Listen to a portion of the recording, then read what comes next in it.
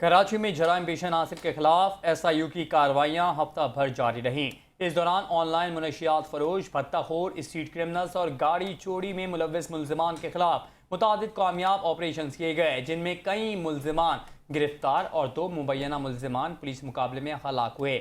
Report کر رہی ہیں شائستہ زیدی۔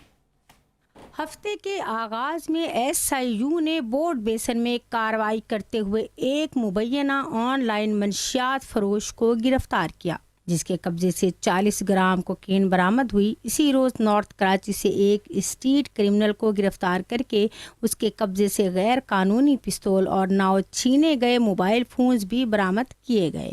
ایف سی ایریا شریف آباد میں کارروائی کے دوران ایک مطلوب مبینہ بھتہ خور کو فائرنگ کے تبادلے کے بعد زخمی حالت میں گرفتار کیا۔ ایس آئی یو کے مطابق ملزم سنگین جرائم کے 20 سے زائد مقدمات میں مطلوب تھا۔ اس کے قبضے سے اسلحہ بھی برآمد ہوا۔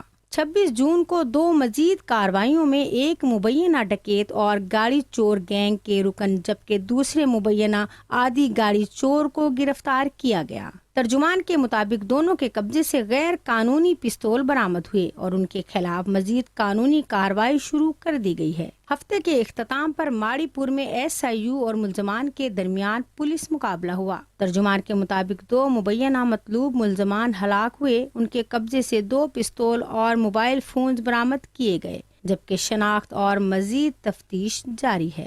شائستہ زیدی، 5 نیوز، کراچی۔